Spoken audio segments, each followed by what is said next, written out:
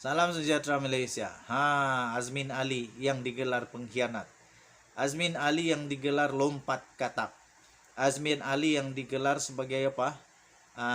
Perompak hak kepada Pakatan Harapan. Azmin Ali yang digelar sebagai apa lagi ya? Macam-macam lagi lah gelaran Azmin Ali ini sekarang. Kerana langkah Sheraton yang telah disertainya itu menyebabkan Pakatan Harapan tumbang. Kali ini, tuan-tuan dan puan-puan yang dihormati sekalian, ada berita tentang beliau. Wakil rakyat pindah itu pemimpin tak jujur. 16 Oktober 2022. Datuk Seri Muhammad Azmin Ali menyifatkan wakil rakyat yang berpindah ke tempat lain untuk bertanding bukanlah pemimpin yang jujur dan ikhlas. Ini rupanya kena perli Anwar. Begitu juga penyandang kerusi Parlimen Gombak itu berkata, wakil rakyat sepatutnya memberikan hikmat dan menguruskan kawasan yang diberi mandat oleh rakyat. Bukan asyik mengatakan tidak suka orang tertentu. Katanya, itu bukan pemimpin namanya. Kemudian tak cukup dengan itu, isteri, menantu semuanya dibawa. Ini politik apa? Kata Anwar, kata Azmin Ali. Anwar kena jawab ini. Katanya lagi, tapi tak mengapalah. Rakyat cukup matang untuk menentukan pilihan siapa wakil rakyat mereka. Katanya di sini pada hari ini. Bagaimanapun beliau berkata, sesiapapun boleh bertanding di mana-mana. Kerana Malaysia negara demokrasi. Kalau sesiapa nak hantar isteri, anak, menantu, diri sendiri pun boleh juga. Saya tak ada masalah, katanya.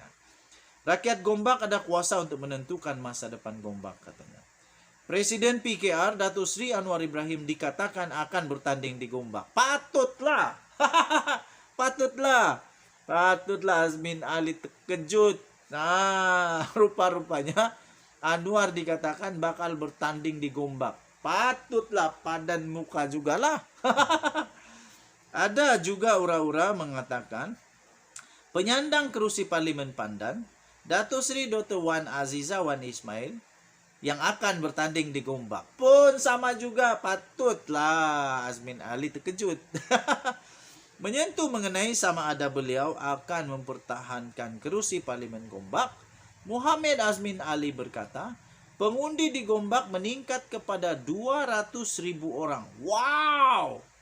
Dan kerana pertumbuhan ekonomi menjadikan Gombak menjadi kawasan strategik. Katanya, namun saya yakin masih ada ruang untuk pembangunan Gombak. Usaha kita jalankan ini supaya rakyat dapat nikmat dan limpahan ekonomi dari pertumbuhan yang pesat. Katanya lagi, lepas saya tinggalkan Selangor sebagai Menteri Besar, nampak prestasinya merosot sikit. Wah, ini Menteri Besar kena jawab pula. Bahaya juga Azmin Ali. Jadi tanggung jawab saya untuk kekalkan kecemerlangan Selangor supaya terus membangun dan dapat memberi manfaat kepada rakyat dan menjalinkan hubungan di antara kerajaan negeri dan persekutuan, katanya lagi. Tuan-tuan dan puan-puan yang dihormati sekalian, denyut nadi suara rakyat terus bergema di channel ini. Mana satu yang kamu suka tengok? Anwar lawan Azmin Ali ataupun Wan Aziza, Dr. Wan Aziza yang lawan Azmin Ali. Mana satu yang paling best?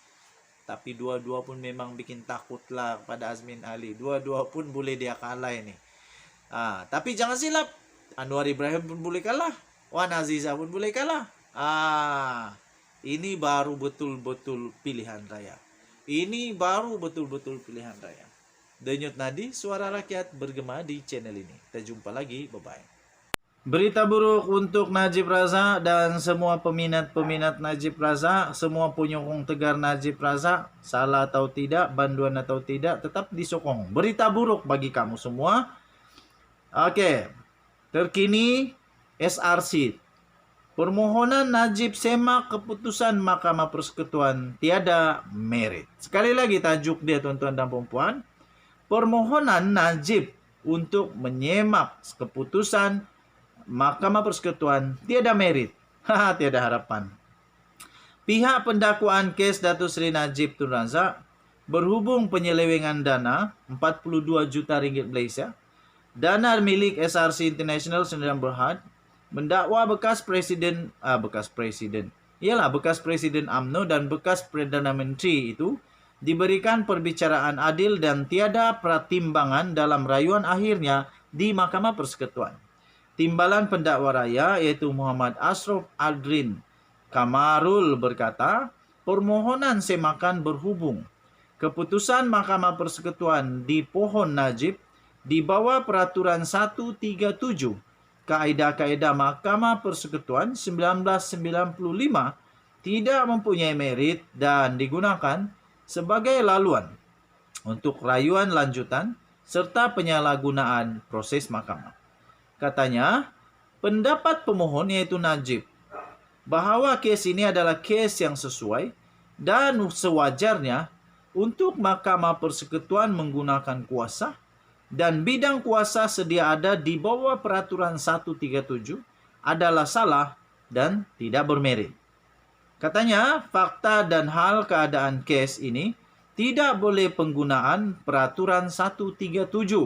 Memandangkan kes ini tidak menunjukkan hal keadaan yang luar biasa untuk semakan dilakukan, kecuali bidang kuasa ini disalahgunakan sebagai laluan untuk rayuan lanjutan. Katanya dalam affidavit jawapan yang difailkan untuk menjawab affidavit sokongan Najib yang diikrar pada 6 September yang lalu.